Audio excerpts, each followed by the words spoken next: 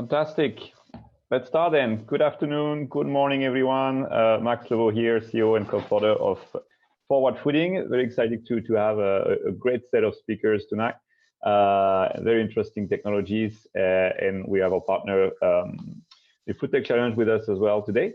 So without further ado, let me give you a quick overview of first off the agenda. So I'll give you a very brief introduction about Forward Fooding for all the people who don't know what we do. I will allow Andy Lin from the FoodTech Challenge to present the competition and their challenges. And then we will carry it on with a very exciting panel conversation. And then I will let Anne Lemore, our moderator for the night, to introduce the speakers and take it from there. So first off, very briefly, for the ones who don't know Forward Fooding, we've been around for a bit more than 5 years now, operating globally, but physically across London, Barcelona, and Italy, where I am speaking right now. Our mission is to connect all these different players, to create synergies and connections in the AgriFoodTech ecosystem to help impactful innovation to scale. So we operate in the middle of startups, investors, corporates, consumers, research centers, and universities, and accelerators, and create synergies. This is our main objective, to scale AgriFoodTech innovation. How we do this? Mostly around 3 main angles. The first one being our smart database called the FoodTech Data Navigator, which is an AgriFoodTech platform aggregating startups and all investors and stakeholders of the ecosystem that our consumers and our users can actually access to enable data intelligence, and that's the tool that we use as well on our end to do the second pillar, which is pure consulting and scouting. So we work, and I would say it's about 60–70% of our activity is to actually work with food and beverage corporations in the likes of Cargill, General Mills, Nestle, Danone, Mondelez, and a few others, working with their open innovation and R&D teams to get them a better understanding of the agri-food-tech sector. So we look at agri-food-tech innovation from farm to fork and try to make them understand what are the different trends, market dynamics, and growth drivers behind the ecosystem, with the ultimate goal of actually making connections between our corporate or investors' clients and the startups that we have in our ecosystem. And that third pillar here, the startup network, gathers activities like the FoodTech 500, which is our competition that we've started off 3 years ago now, that has gathered more than 5,500 applications of startups in 3 years. And some of our speaking companies tonight are actually part of the FoodTech 500 alumni companies. And we also built and run food innovation hubs currently in London, Barcelona, and Milan, which count now about 20+ resident companies. We work with more than 30+ corporate clients, including 7 Fortune 500 companies. Count about 7,000 companies in our FoodTech Data Navigator, and a network of more than 19,000 contacts within the industry. In here you will find a few of our clients, but also partner organizations, such as the FoodTech Challenge, for example. So without further ado, I'll let Andy Lin to tell you more about the FoodTech Challenge. Thanks so much, Max, and thanks to everyone for joining. Really grateful to the panelists who are giving their time today, and everyone else who's made time for the session. Just a brief introduction. I'm Andy Lin. I'm head of strategic partnerships and programs at Tamkeen, and in this role, I'm the program director for the FoodTech Challenge, which we deliver in partnership with the UAE Ministry of Climate Change and Environment. And so I'll cover 3 main sections today, and just turn off my camera. There we go. Cover the competition, the prize, and some basic how-tos in about 10 minutes. And then if you do have any questions, please feel free to chime in afterwards. Max, next. Thanks. So simply put, the FoodTech Challenge is a $2 million global competition that seeks to find the next wave of technological innovations that can transform food and ag practices efficiently and sustainably, of course. As I mentioned, it's delivered by the Ministry of Climate Change and Environment and Tamkeen in association with Aspire, which is Abu Dhabi's technology wayfinder and catalyst here in the UAE. So FoodTech Challenge is focused on increasing food production and reducing food loss and waste. On food production, the reasons why the UAE might be interested in sparking innovation in this area may be obvious, but you'll see them on the left-hand side: limited arable land, freshwater scarcity, and of course, a very hot climate. At the same time, we have a very clear and visionary target to increase food production in country by 60%. And the National Food Security Strategy specifically has more nuanced targets on the role of technology in increasing productivity and a specific basket of strategic food items. Our second pillar, food loss and waste, is another critical area for us. In some ways, as a function of the UAE's high standard of living and high level of economic development, it means there's an opportunity to reduce the quite high per capita level of waste. You'll see some sobering statistics on the right-hand side. And here too, we have a clear and visionary target to reduce the level of food loss and waste by 50% in under the next decade. In terms of who's eligible, early stage startups from anywhere in the world are eligible to apply. When we say early stage, we mean startups that have a workable MVP that they can demonstrate as part of the competition, but also as part of activities in the UAE with various investors, stakeholders, and mature corporations in the sector. We're also looking for startups that haven't yet gone for pre-Series A funding or the rough equivalent level in whatever the home country is, those that have been in operation for less than 5 years, and those with not more than 25 employees. If you have any questions about your eligibility, our email address is on the last page of the slide, I believe, info@foodtechchallenge.com. We're very happy to understand your situation and try to give you some steer as to whether you're eligible. For the Food Tech Challenge, we really are proud to be supported by leading sector experts and innovation accelerators in the UAE. Partnership at both of these levels is critical to our vision for impact and success. We are committed, to mobilizing the full UAE ecosystem to make sure that all of the winners, finalists, and even participants that come through our competition have access to the information and support that they need to scale and grow. And so just a word here about our track partners and enablement partners. Our track partners for inputs and production is Salal, whose mandate is to sustainably secure food for our present and our future. And on food waste and loss, the Emirates Foundation has partnered with the Crown Prince Court here for the National Food Loss and Waste Initiative. In terms of our local stakeholders who will really be key to driving local impact on the ground, the Catalyst, which is a joint venture between BP and Masdar Abu Dhabi Sustainability City, is offering some of its accelerator support. The Abu Dhabi Global Market is an international financial center, Khalifa Fund, an advisory platform for entrepreneurs, and Abu Dhabi Residence Office, which supports the thriving international community in the UAE with golden visas and various support schemes. Next, Max.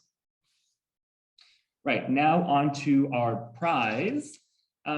Fundamentally, I just wanted to say that the prize is designed to set up promising startups for success in the UAE and in the MENA markets. That's really what we're solving for. FTC is focused on the particular challenges we face here in the UAE, and so we want to incubate solutions in the UAE that can then scale and expand into other parts of the world where their solutions are relevant. And you see the little diagram on the bottom left there. It is important to say that UAE impact and UAE food security priorities are very global and do have wide-reaching resonance. There are some particularities, of course, both on the UAE side and other countries that may be part of the global food security basket of priorities.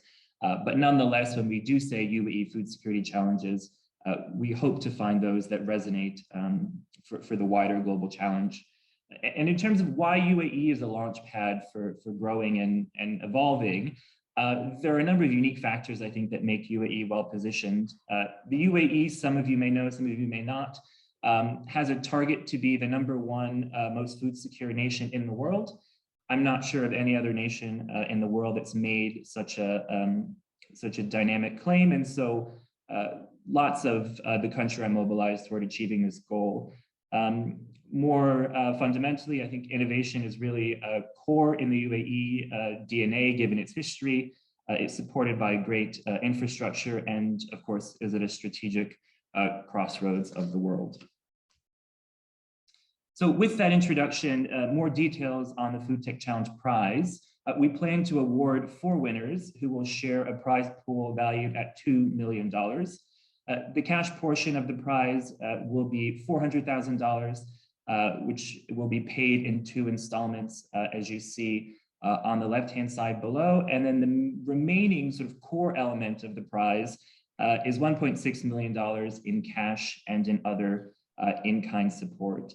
And by those, we mean cash grants to support corporate innovation and R&D, whether in collaboration with universities or within the startup itself, access to startup acceleration services through our various partners and other stakeholders, support incorporating in an international financial free zone, and then support, of course, for the owners and the co-founders of the organization, and access to mentorship and subject matter experts both across innovation and entrepreneurship in the UAE, but in the food and ag sectors more generally. So the process by which we'll award the winners has 4 components. You'll see the levels listed out here on the slide. We're very grateful for our partnership with Forward Fooding, who will help us do the basic screen at level 1. Those that are pre-qualified will be reviewed in detail, both by technical experts from some of the leading food and ag organizations in the UAE and globally, and then also from a commercial, operational sort of deployment perspective as well. And so here we have quite a strong UAE representation. Those that are then shortlisted will be interviewed by our partners in brief virtual interviews, and then our final panel will award the 4 winners, chaired by Her Excellency Mariam Mehairi, our partner in the FoodTech Challenge, and the Minister, of course, of Climate Change and Environment, our chair, Riyam al-Mukarrab, Dr. Agnes Kalibata, the UN Secretary General's Special Envoy to the Food Systems Summit, and various other really leading figures in this space. Great, and then a few words on what now, just to call your attention to 2 key dates. The first being May 20th. This is the deadline for early bird submissions, we're calling it. And then the second deadline of June 24th, which is the last and final submission in the regular track. The next slide has some details about that, and so we can go into more depth there. But those will be the 2 milestones coming up now, various interim milestones around judging and mentorship. And then at the finale level, we're hoping to announce the winners in November of this year.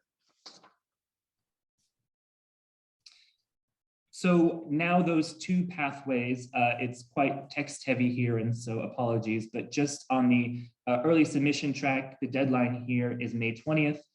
And so this is envisioned for people who want feedback on their eligibility or want feedback on their overall submission, maybe folks who are just starting out and could use the support.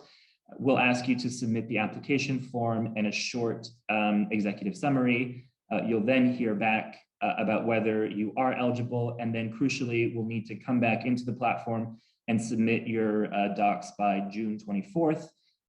The regular track with the same deadline of June 24th is for folks who know what they're doing, have everything ready, and just want to apply in sort of normal fashion. And so they'll complete the application form and provide the supporting information by way of a detailed business case and demo video by that June 24th deadline.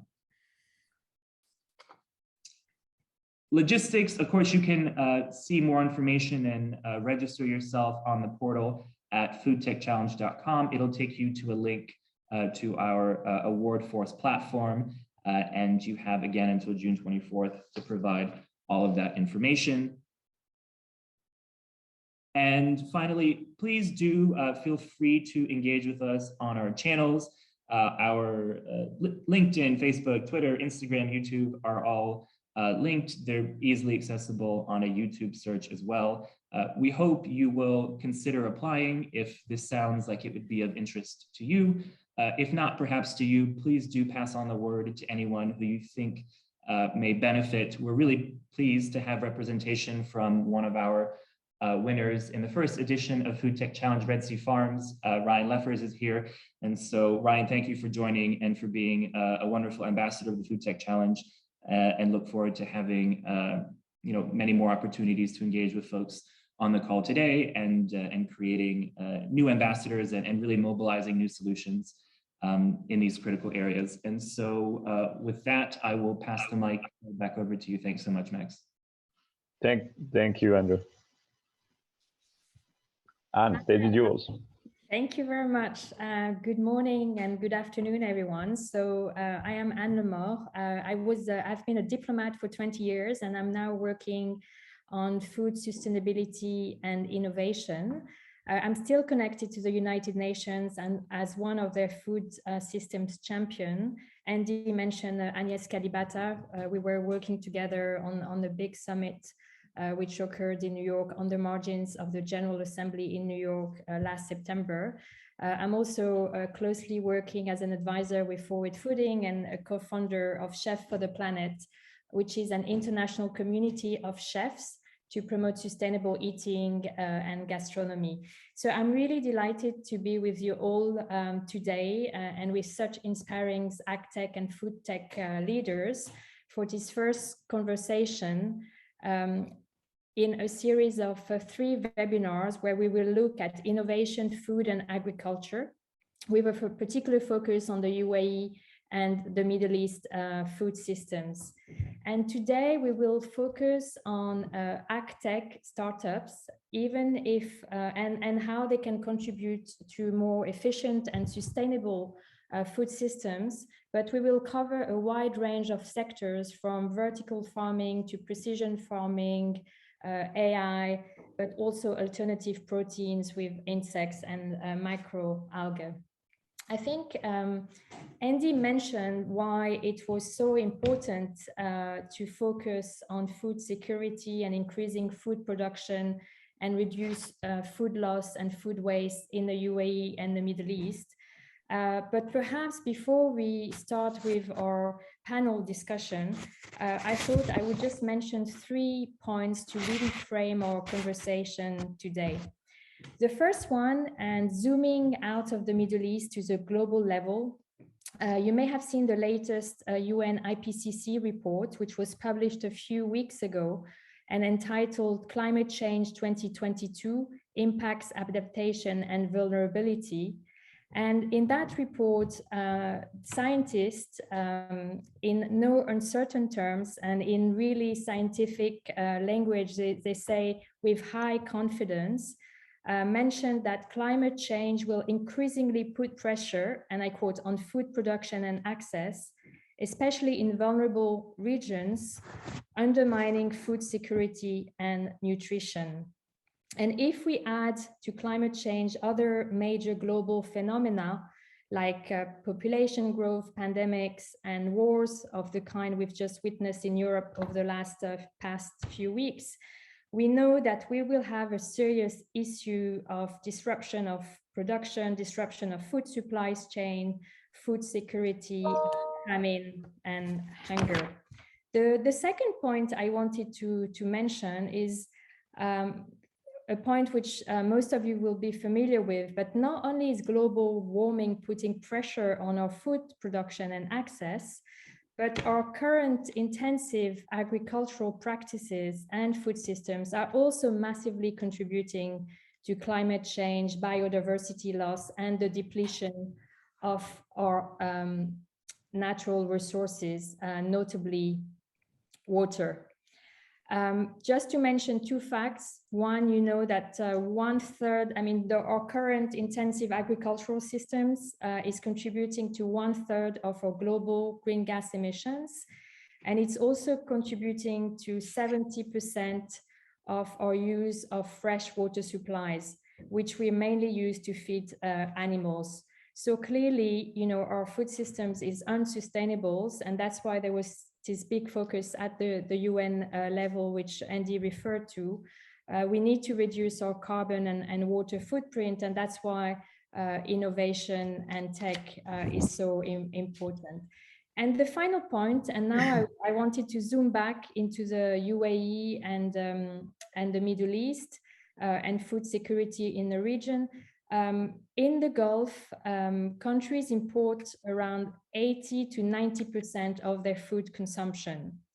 When we think about the different avenues that will be needed to meet the food security in the regions, obviously there are several ways of tackling the issue, and probably the solutions will be a mix of all those options, but one of them clearly is to beef up investments in overseas production assets. Another avenue is to invest in secure sources of supply. But the third one, and I think this is the one which we will be mainly concerned about today, is really to increase local production. And this is why Agtech startups are so important, and all the tech and what operation that they're doing. So now I would like to start our discussions with our panelists. I will first ask them to introduce themselves and tell us a bit more about their companies and their own journey and how their tech and operations are contributing to meeting food security challenges, especially in the Middle East and UAE. And then we will have a discussion among them. And throughout, please do not hesitate to ask questions if you have through the chat function, and we will channel the discussions to our speakers. Fadi, good afternoon or good evening. Fadi's evening, in fact. Good evening. You're in Abu Dhabi right now, and you're the general manager of AeroFarms, which is a vertical farming company. Could you tell us a bit more about the company and your role and how you see its contribution to the issues we're discussing? Sure. So AeroFarm is one of the leaders of the CEA trend in the world. It was started around 2004. And in 2020, they managed to come to Abu Dhabi under the umbrella of ADIO, that's the Abu Dhabi Investment Office.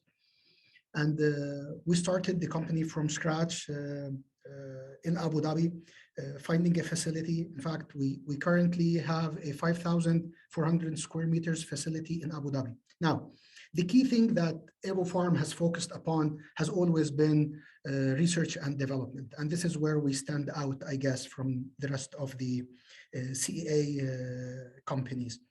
In Abu Dhabi, we are building a state-of-the-art facility to house different laboratories from phenotyping, genotyping, speed breeding, phytochemicals, drones, machine vision, AI, robotics, automation, everything that is related to agricultural technology, we want to put our hands on. And we're not doing this alone.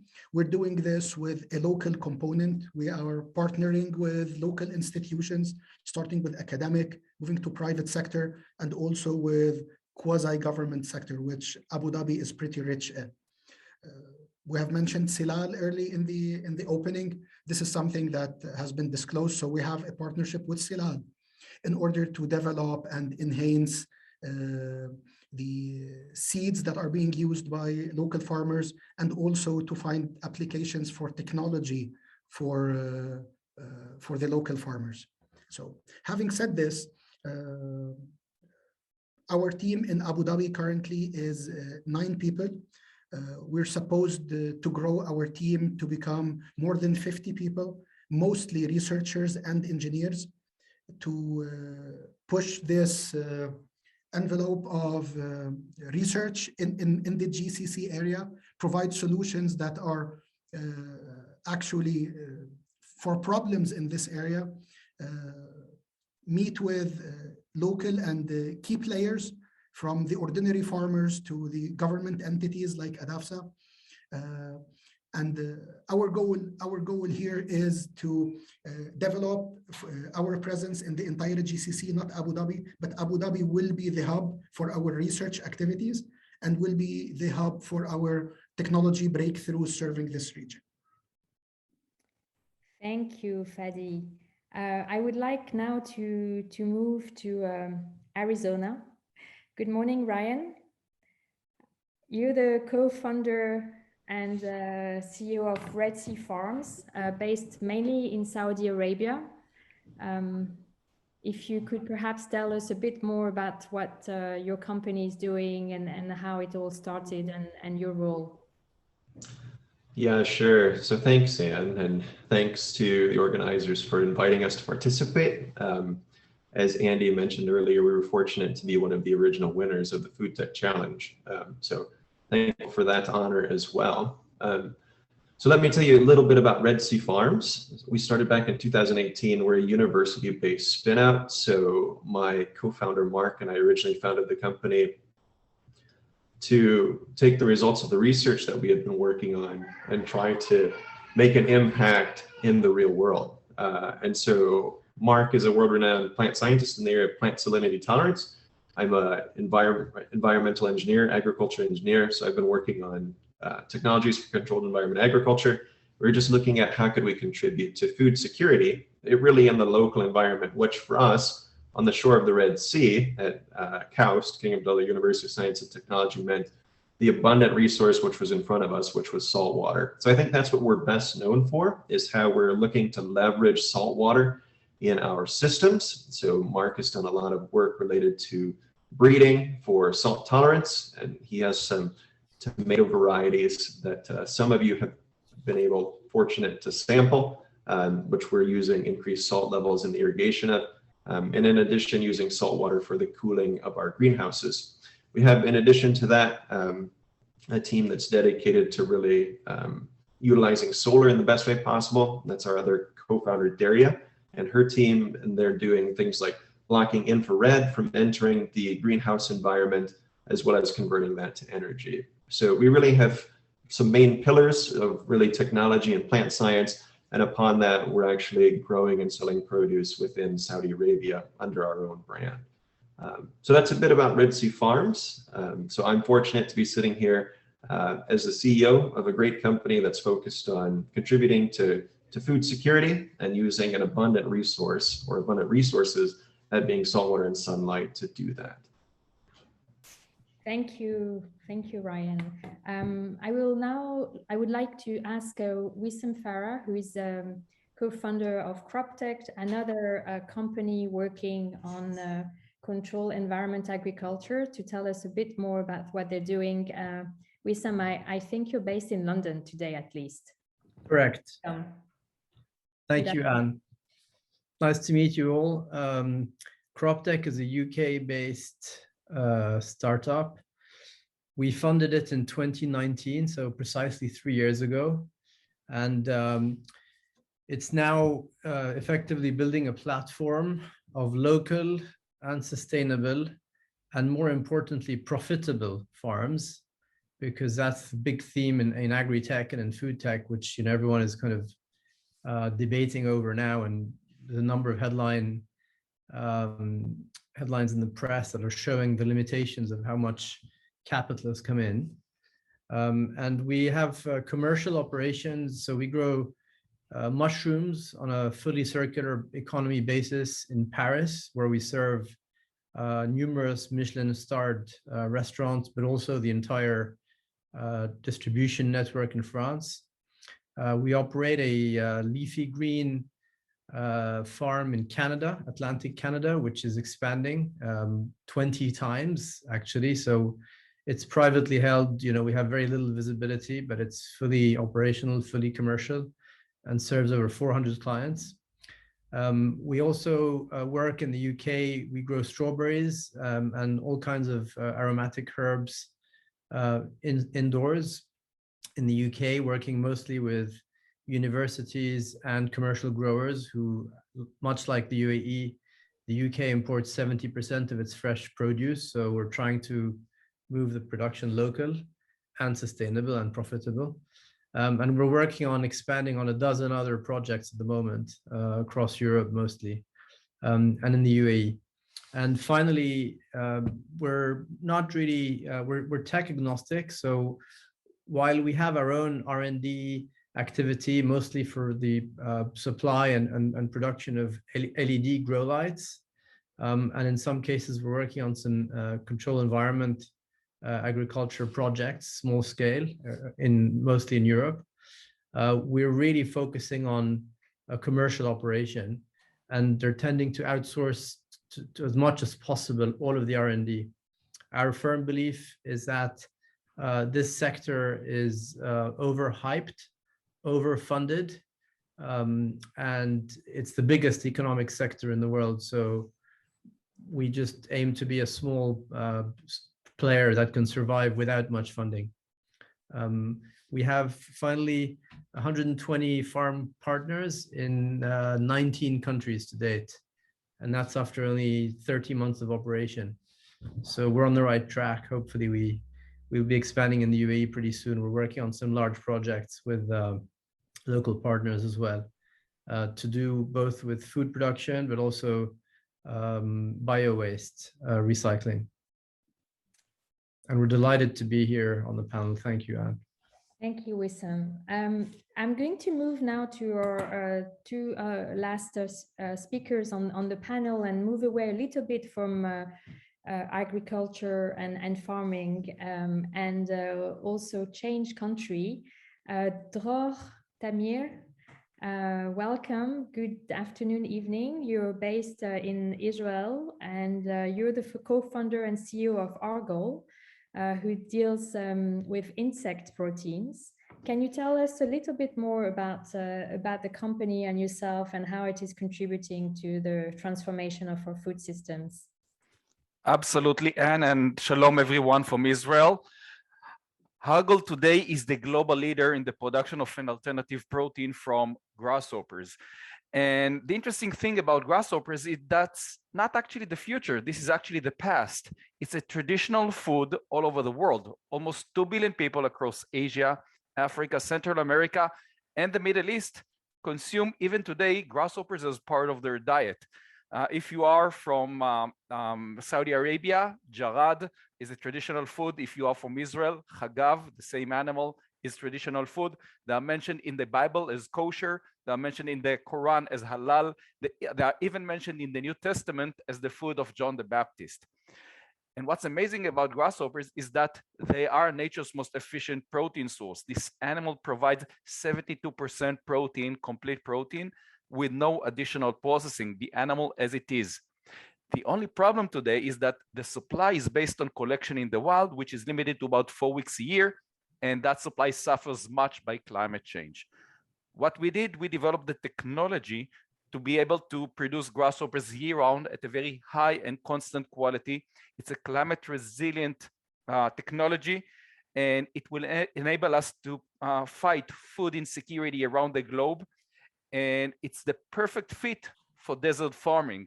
And we are now on the look for partners in the UAE and the rest of the Middle East to establish local production and provide locals with the traditional protein, but in a modern way of innovative food products.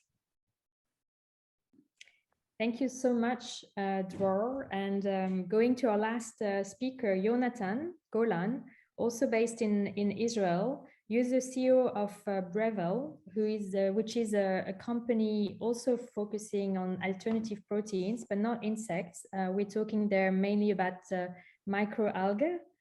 Could you tell us a bit more about your company and how you think it is contributing to the transformation of our food systems? Sure. Thank you. So I'm Yonatan. I'm the co-founder and the CEO of Brevel. We provide alternative protein, which is really healthy, very tasty. It is very neutral in color, and most importantly, it's very affordable for the food industry.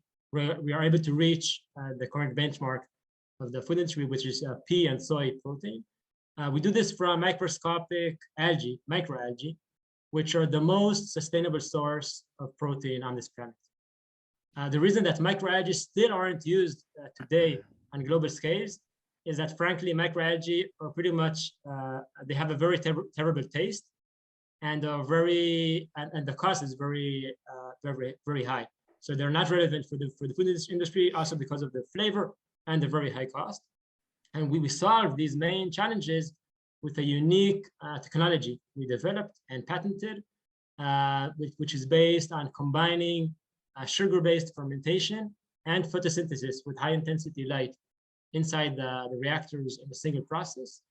And this opens the path for making microalgae the first choice of protein for the future of our nutrition. Our systems are completely indoor, sealed, closed systems, which can be placed anywhere on this planet or in space, for that matter. And as we see it, are the future of how food will be produced in the near and far future, in a completely sustainable, closed, land-independent systems. We're working today with many global food manufacturers, which are using our microalgae-based protein in their food applications with amazing results. We add our microalgae to alternative cheese, alternative eggs, alternative milk, alternative yogurt, alternative meat to fortify and enhance the protein content.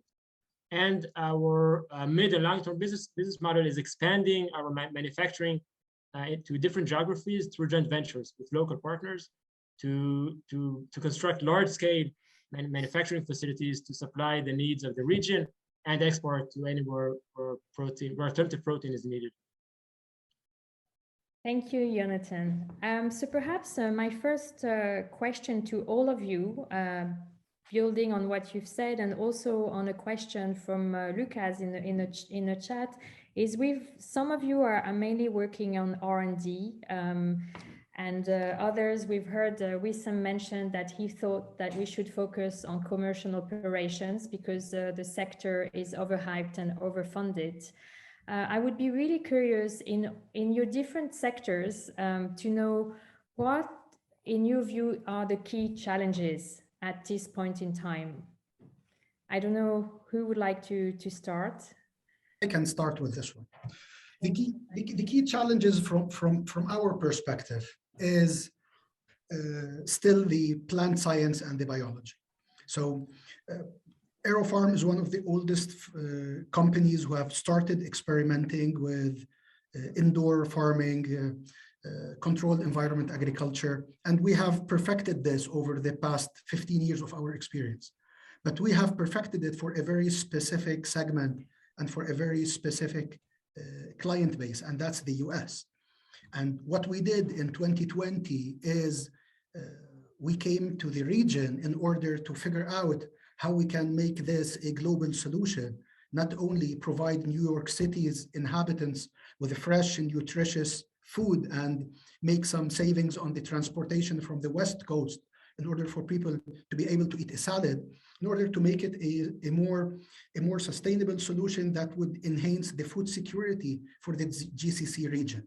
But we did not just come here and brought our own crops and produce from the US, and we're trying to enforce it on the local market or the local consumption trends. The first step in bringing these technologies to the Middle East is identifying the proper produce and the proper crops that the Middle East inhabitants consume, whether from the traditional cuisines or their daily habits that they have evolved over the years. And secondly is mastering the technology and fine-tuning the technology to match with the challenges of the harsh weather, harsh humidity, the sand, the pathogens that would transfer through air or with the sand. So hence we're starting with an R&D center. And once we have figured all of these out, definitely the next step would be commercialization. It would not make sense just coming here and building a $100 million facility to produce kale and microgreens, okay? It makes more sense experimenting with local produce, local crops, mastering it, and making sure that we have good yields, good quality food that we could send to the local supermarkets for the local consumer. Fadi, unless some... You're muted, Anne. And we're not hearing you. Yes, sorry. I wanted to just follow up on what you've just said. If I'm not mistaken, together with the Abu Dhabi Investment Office, you've just started the constructions of one of the world's largest indoor vertical farming R&D center. Is that correct? Yes, in fact, we have finished the build out of the facility, and now we are actually installing our equipment that we have imported from all around the world in order to equip our laboratories to start operations. We're going to be fully operational around the mid of June. Thank you. And maybe Ryan or Wissam, would you agree on the role of R&D in precision farming and vertical farming, or do you have a different take on the challenges of today and tomorrow? I'm happy to answer, Anne. I think each company has a mission. Definitely AeroFarms as an early starter with hundreds of millions of dollars funding have followed or pursued that mission. And I think they're serving to that extent, not just their market, but all of the ecosystem. Because everyone, every breakthrough that AeroFarms or any other company in that matter achieve becomes pretty accessible pretty quickly. My background is in finance. I ran trading floors and banks and so on. So I have a very kind of cynical financial view, realistic view on business. And actually on this call, there's about 100 people. I don't know how many have actually been farmers or have ever produced any kind of food to a commercial scale, which is an interesting question to ask as well.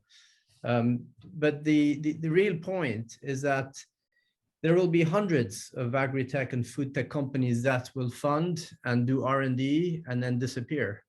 I met last week in Paris a company called AgriCool, which raised about 45 million euros and is now being placed into administration. They tried to make strawberries and different leafy greens in container farms.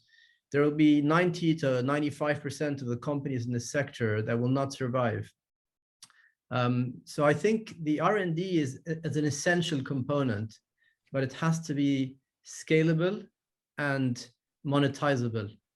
And then other companies, like we have our own technology and LED lights, but we go and buy other people's technologies all the time, in fact.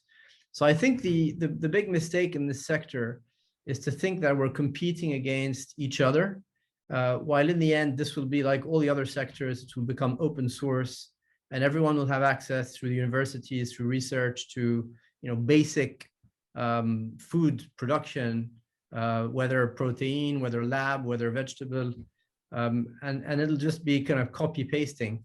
There will be room for thousands, tens of thousands of food producers globally, because the food sector is the single largest economic sector in the world.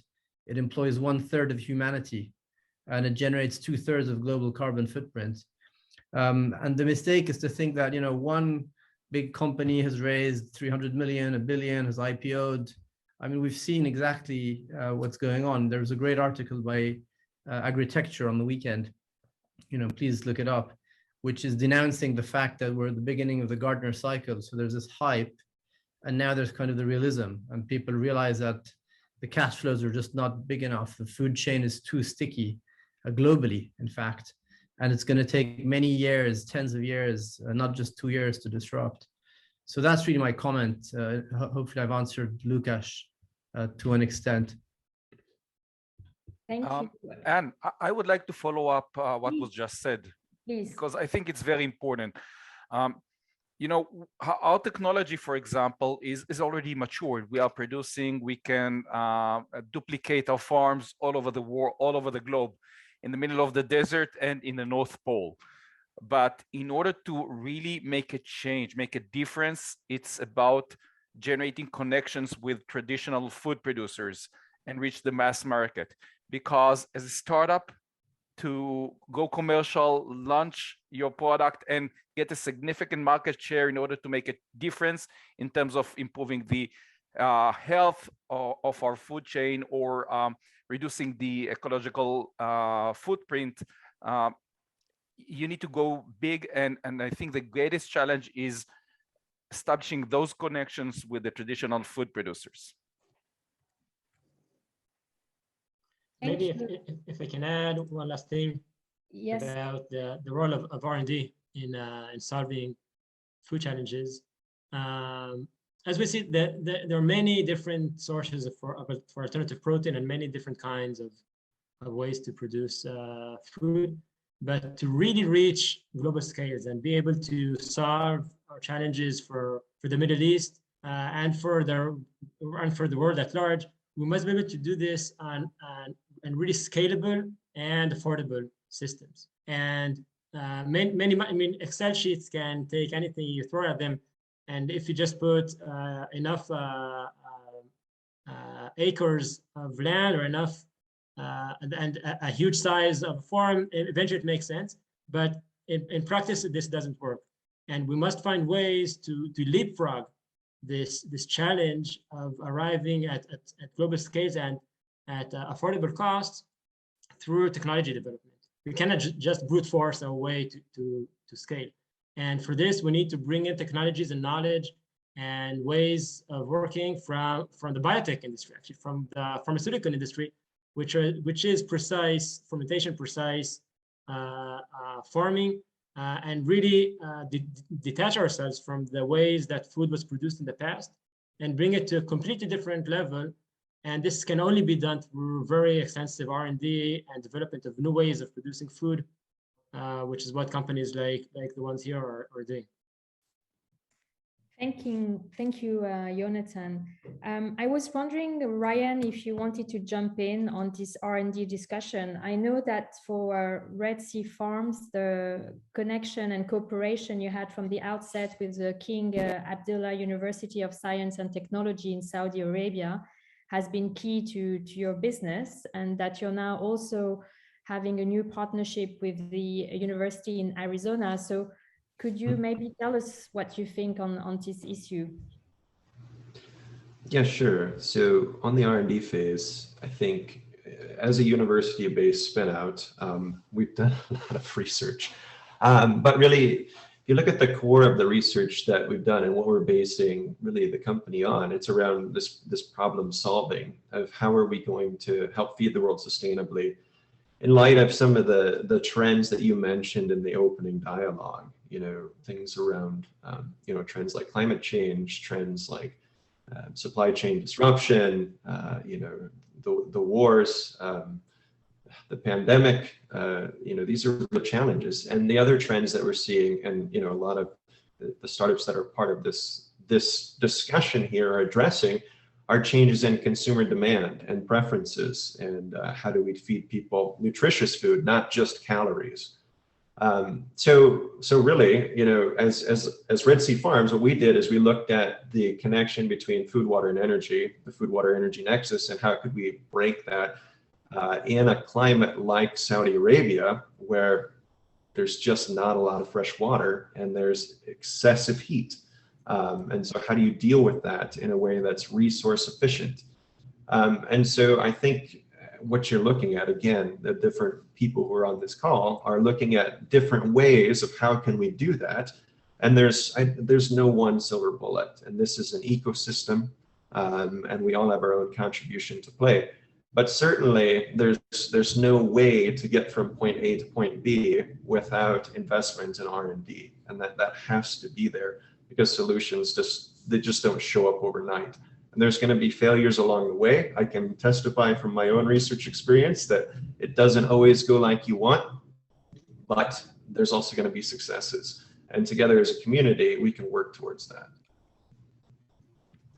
Thank you, Ryan. We have a question from one of our a person attending on education, and I think it's a nice, it fits with what we've heard you saying about, one of the challenge, not only R&D, but also how do we reach the mass market and the issue of scale and affordability. So what's in your view, and do your companies have specific education program to address to customers to also change, the way people think about food?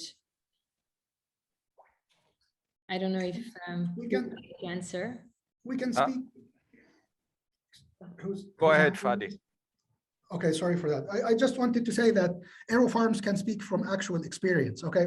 So we were one of the few companies who has managed to scale up successfully. So we currently produce leafy greens, and our products are being sold in the US at the Whole Foods, the Walmarts, and the likes.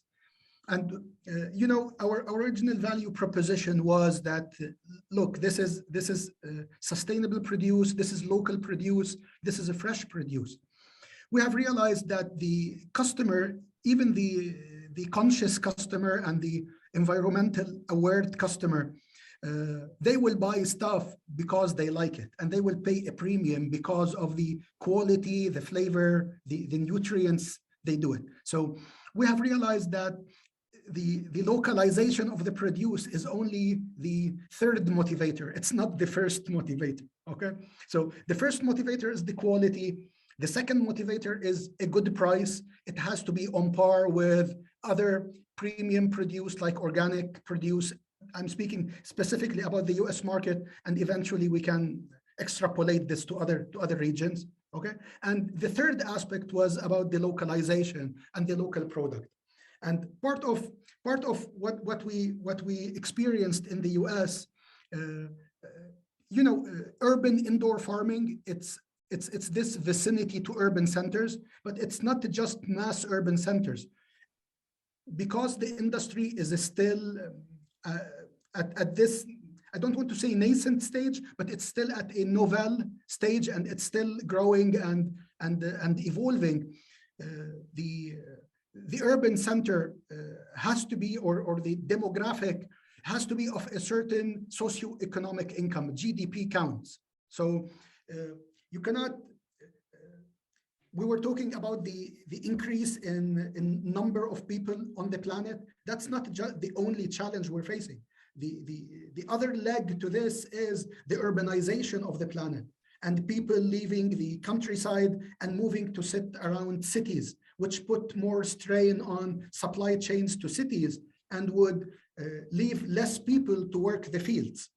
And this is where there's a big pressure on us as CEAs. This includes everybody on this code, okay, where we need to build optimizations and efficiencies and the scalability in this industry to make it affordable. As of now, we have managed to keep our prices in the US profitable at the same level of organic produce. And I guess as we grow further with additional farms that we're currently undergoing, we have a farm in Danville and we have a farm in St. Louis, and these are huge farms by CEA standards. These are 13,000 square meters with 15-meter high. So you can imagine the scale. So as we scale up, the economics per unit would improve, and eventually we could have more penetration in the market and get a better market segment. Thank you, Fadi. I think, Dror, you wanted to... Yes, Sam, thank you. Well, I think what Fadi just said is correct. When we look at our product, there's a lot of benefits, sustainability, health, and so on. And we did some market research, and we did some trials with consumers across Asia, Europe, and the US. And we realized that as much as everyone are talking about the impact on the environment, eventually when consumers are reaching the supermarket, they do not make a decision based on that. That is only the number 3 or number 4 reason they will buy a product. That is one thing. The second thing is it's very important to segment the market. Segmentation is crucial. There are some segments that are the early adopters that will try the new products. They will look at the environmental benefits, but also about the health benefits. And as Fadi said, it's also very important to have a tasty product eventually, because still it is food and we don't have to suffer in order to protect the environment. And if you focus on the right consumers, you will have those early adopters. They will be willing to pay premium prices for these innovative products, and eventually they will be the opinion leaders and will make a difference in the market. And Dror, I was curious specifically on insects. I mean, you've mentioned at the beginning that many people around the world are eating insects, and for generations. In fact, there is about 2,000 species of insects that we can eat. And the sustainability benefit is also huge, for the same amount of protein. I'm particularly keen on insects. For the same amount of proteins, it uses like 100 times less. It produces 100 times less greenhouse emission than producing beef. But in your experience and talking about education of customers, is it one of the biggest challenge? And do you have, as a company, a strategy for outreach and to change mentality? Precisely because what you're saying and what Fadi has been saying about the way customers in the end make choices in supermarkets. Right. Well, the thing is this: you cannot talk about the world in general in terms of perception. It's different in every region. It's different in different age groups and different categories. So I'll start by saying, for 2 billion people across Asia, Africa, and Central America, grasshoppers are a delicacy. In Saudi Arabia, the whole grasshoppers are sold for $300 per kilogram. This is an insane price, and 11 months a year they have no availability. So for us, we don't need to educate anyone. We just need to bring those grasshoppers and serve the market. So let's talk about Europe, US, the other regions where people do not consume insects as part of their diet, because this is where the challenge becomes interesting. And what we are doing, we are targeting specific segments, and I'll show you in the background behind me what we are actually doing. What we're doing there is we are looking at athletes that are the early adopters, and you can see we have a chocolate protein shake. And we are also targeting the young population, the millennials, ages 17 to 35. We're offering them supplements in the form of gummies with a grasshopper protein. And this is what we call the foot in the door. With those products, we actually enable them to see that the product tastes amazing. You cannot taste grasshoppers in the product. And they understand the benefits that these products provide them. And eventually we will make our way all the way to the traditional food, such as meat. And you can see behind me burgers that we already do. And for the Middle East, we of course have falafel. Thank you, Dror. Yonatan, do you have the same type of issues with microalgae, or is it different? It's actually microalgae are considered as very, the consumers see microalgae as something very healthy. That was something that comes from the Far East, that has been consumed for many centuries. And it is perceived as a healthy source of protein. What we see today with many food alternatives is that at the moment there are many food alternatives on shelves. We have alternative dairy products, alternative meat, alternative eggs, which are on shelves now. The challenge they have is that, and the current challenge of the companies is to provide alternatives that are tasty enough, that mimic the original products well enough, and that their cost is affordable. Now all of these companies have products on shelves, but they are aware that very soon the problem with this product is that nutritionally they're pretty terrible. They have no protein content. They're pretty much made of oil and other basic ingredients, and they don't have a high nutritional value. Anyway, nothing close to the original dairy products or meat products. But now these companies are looking to ways to fortify their products with protein. And at the moment, there aren't any really good choices on the market which are tasty. Many protein sources have a very terrible flavor, including soy and pea. Many of them are allergenic, again, soy and pea and others as well. And some of them have difficult colors in the specific food applications. So what we are able to provide are solutions that are very neutral in color, flavor, and are also affordable, so they don't disrupt the cost issue of these products. The next phase, but we're still not there, but investors are more and more aware of that and investing in these areas, is the sustainable issue.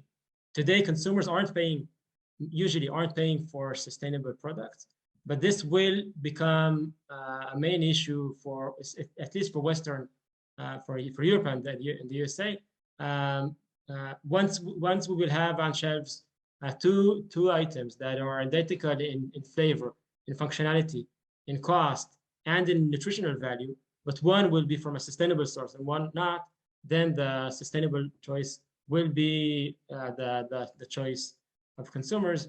And so from a consumer perspective, we must be able to provide today protein sources and nutrition sources which have all of these challenges marked, but the ones that will be still in the market from 5 and 10 years from today will be the ones that are sustainable. And sustainability now, I mean, the Middle East must find solutions that are sustainable, but the whole world will need solutions that are sustainable pretty soon. I mean, the challenges that the Middle East has today are the challenges of the globe of tomorrow morning, basically. All of our planet has to shift to the solutions we're looking for the Middle East today. So this is how we see the market trends shifting towards healthier and very soon sustainable solutions. Thank you, Yonatan. Before we move on, we have other questions from our audience. Is there anyone in our panel who would like to share their views on the way the consumers and the market is evolving in terms of sustainability and wellness and health in their choice of products? Okay, otherwise I have a question which is a little bit of, following from what Wissam was saying earlier on. One person mentioned that, you know, we have many startups being created every year on Agtech and FoodTech. And the question is, given the big global and regional challenges that we have, how can we avoid the cannibalization of those startups? Is innovation, diversification of varieties, new ways of marketing, is it sufficient for you as companies and other actors to grow and stay competitive? And finally, for you guys to remain sustainable? I don't know if anyone has a view on this. I would go back to what Wissam has highlighted earlier. The key for success of any of those solutions that we're proposing is scalability and being able to bring down the unit costs. This is the challenge that we're facing, whether through plant science breakthroughs or enhancing the technology base that we're using in our farms. Everything is pushing in order to get a better yield and more produce per square meter so that we can bring down the economics. This is the key challenge for the survival of any of these new food tech trends. And as you mentioned, some of those trends will not survive the test of time within 5 to next years, if they could. And the ones who manage to scale up and bring their produce to the market with the proper quality, these are the ones that will be sustainable in terms of profitability and business sustainability, not just environmental sustainability. Thank you. Anyone else from the speakers? Wissam, please. Yeah, thank you, Fadi. We actually calculated, and you know, sorry for being quite general, but obviously food is such a broad industry with so many staples and so many differences from place to place on our planet. But we calculated in the end what we call a break-even cost for food production to be economic and sustainable. to be able to disrupt the traditional food production and food logistics. And we all know the trick that in the end, food is a logistics game. It's all about transport. In the UAE or in most of the Middle East, and probably even in Israel, and most likely in Europe, North America, 70–80% of the cost of food is logistics, transport, refrigeration, packaging, etc.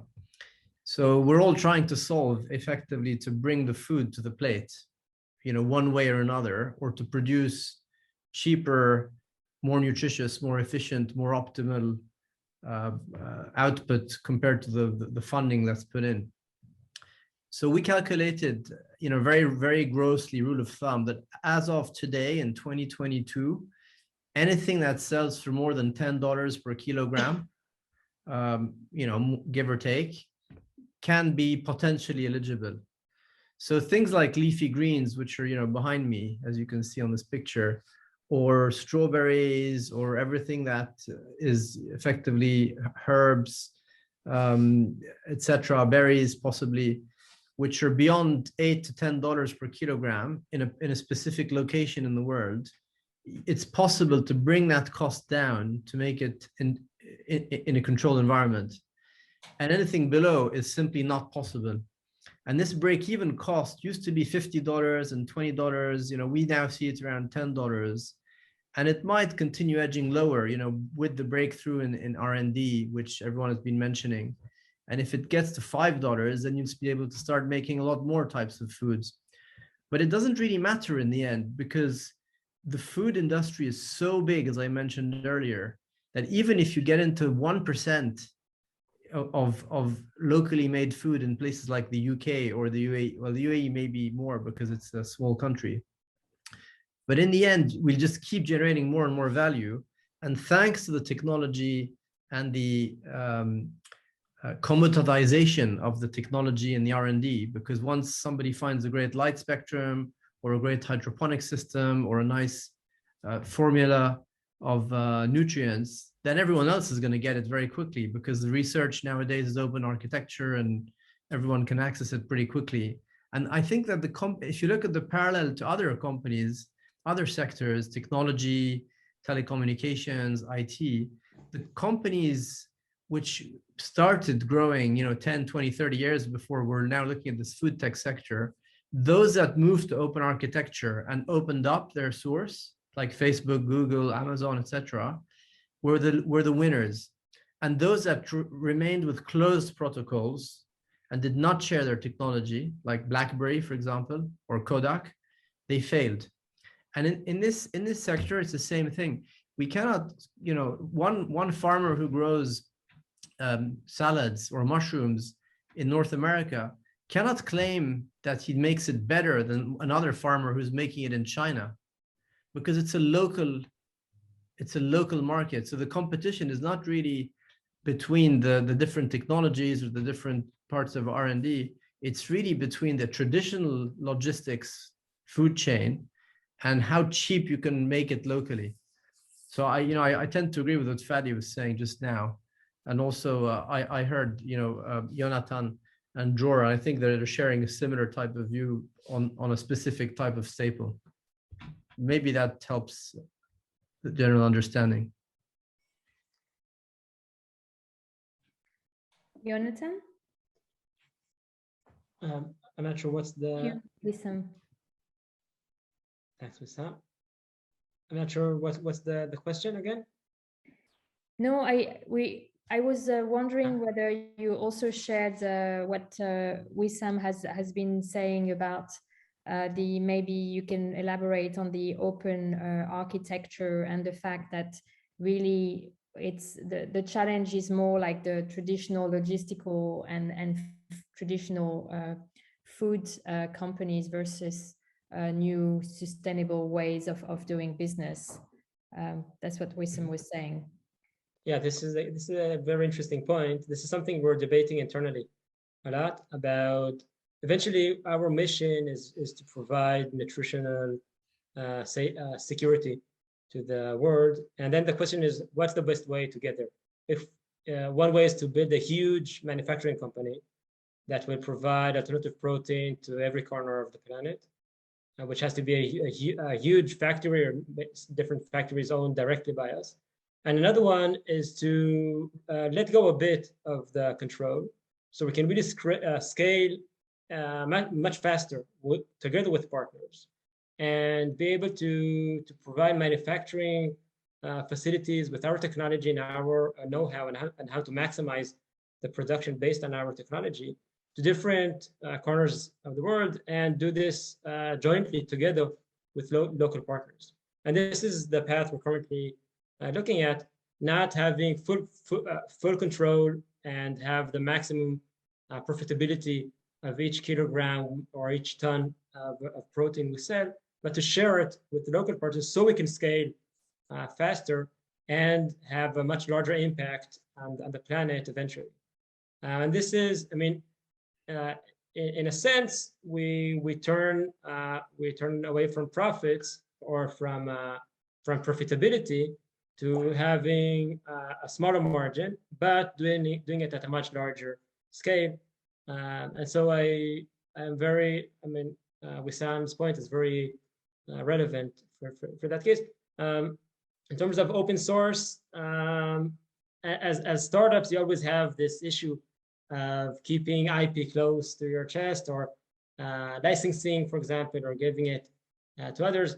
And I think there's a stage at which we will be established enough so that we can start out open sourcing our technology and enabling other companies and other regions to develop similar technologies and provide solutions for their regions. Thank you. Is there anyone else in our panel who would like to comment on this issue? If not, I was thinking that one area which we haven't discussed so much and which could also be of interest, and I know I don't want to put Wissam on spot again, but I know that Kroptek is doing some work in this area. We've talked about food production, but we haven't talked much about waste and recycling. Maybe Wissam, can you, and I know it's very pertinent to the UAE as we've discussed in the introduction. I know that Kroptek has some new projects in the UAE aiming to expand food waste recycling. Can you maybe tell us a little bit more about these projects?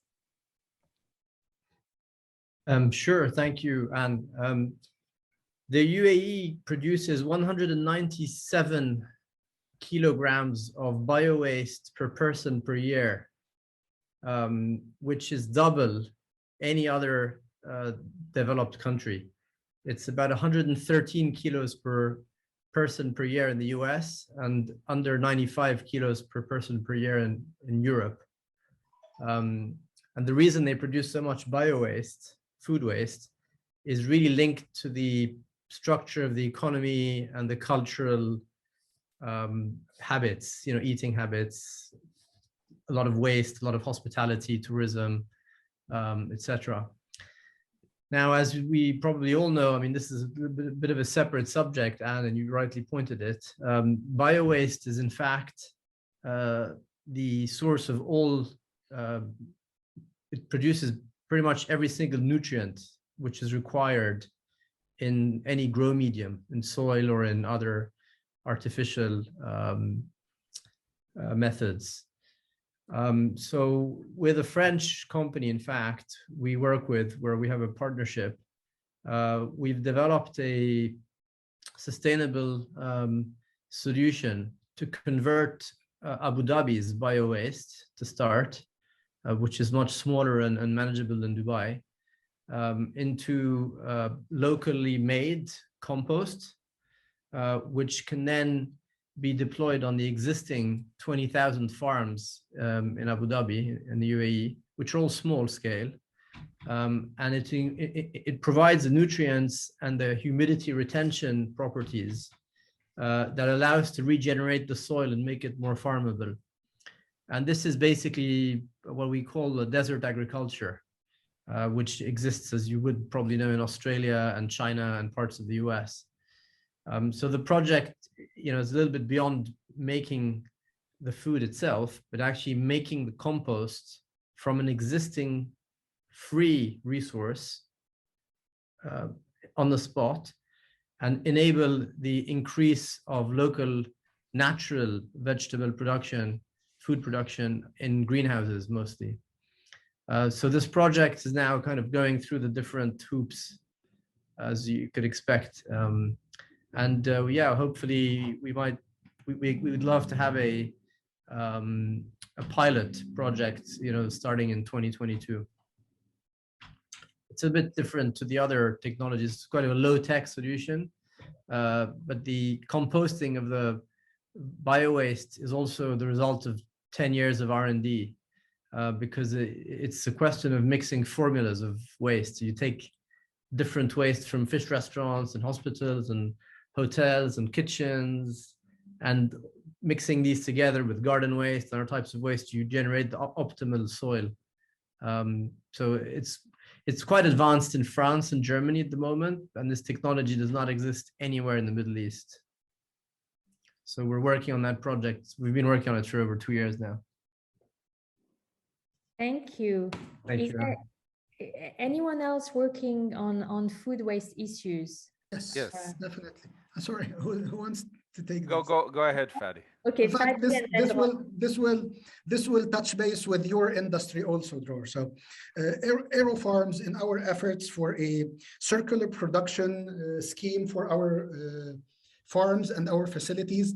So as you know, we use aeroponic technologies, and after the harvest, we get all of these healthy roots, because and our roots are like considered an organic produce because there's no soil, there's no pathogens, there's no bacteria on it.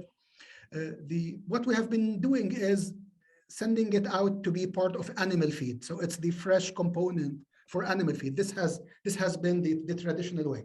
Right now we're experimenting more with introducing a bio-waste unit that utilizes insects to produce methane, CO2, and water, and whatever is left goes to become compost for traditional agriculture.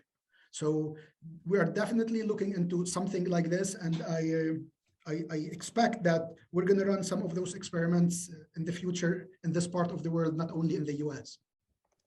Thank you, Fadi. Dror?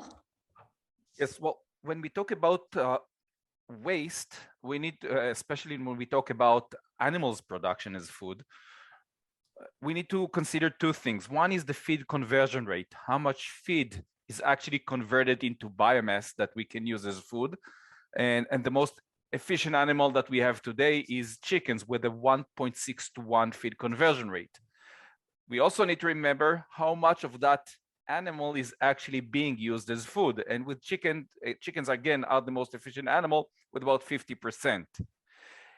Insects can completely change that, but not all insects. We do hear about black soldier fly and mealworms, but they have a feed conversion rate of 4 to 1, much worse than chickens. So most of what they produce eventually is waste again.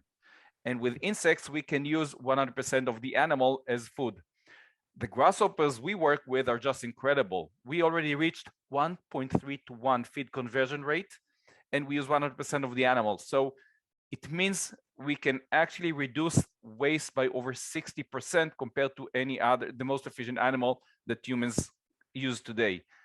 And you may even say that there is no waste in the process, but because the only waste is the feces of the insects that are used as a great fertilizer.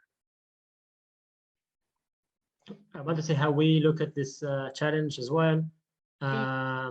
We're less concerned about the waste that microalgae produce because it's very minimal. I mean, the amount of water we use, the amount of energy consumption, the amount of nutrients is very low, but we can do even better than that.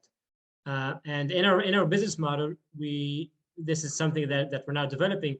We're now in the midst of our next fundraising process, and for this, and we will approach this next barrier for cost parity, which is using waste of other industries as a nutrient source for microalgae. And this is something that microalgae are well known for, being able to use, basically microalgae need very little resources.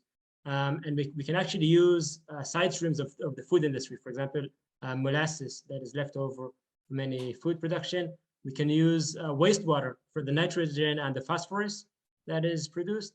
And so we can reduce our nutrient costs. And we do this not for the impact, but for the economical reasons. And on the way, we get significant impact in a circular economy way. But again, this is a necessity for us to be able to use waste of other industries as sources for microalgae. Thank you, Yonatan, and thank you, all of you. We're almost reaching the end of our time together. We could spend hours discussing all those issues. Before passing on the floor back to Max, I would like maybe to ask all of our panelists one question. If you had one piece of practical advice to give to your younger self, as an Agtech and FoodTech CEO or founder, what would that be? I think I would tell myself, take a deep breath. The journey is long. This is not software where you sit on your couch and start and can exit after 3-4 years, or maybe much less. What we do is, all of us, these are very challenging journeys, and we need to be very patient and be very persistent with what we're doing. And this is, I think, the main thing I'll tell my younger self: be patient, take deep breaths, and keep on going. Thank you, Yonatan. Fadi, Dror? Yes. Dror, go ahead. It's always us, Fadi. Yeah. Well, I must say that the first time I heard about grasshoppers was when I was 5. I was living in a kibbutz, and my grandparents told me that stories about the 1950s when Israel suffered from food insecurity, and also from locust swarms flying in and destroying the crops. So while the kibbutz members were trying to kill the grasshoppers and save the crop, they saw other Jews, Yemenite and Moroccan Jews, coming and eating them. So I learned that they're also a source of food.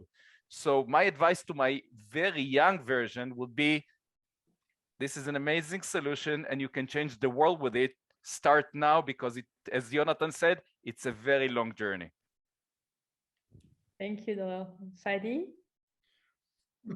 If anything, or any piece of advice I may give, it's go out and listen to the real farmers. Listen to those people who have been doing this for years and for generations.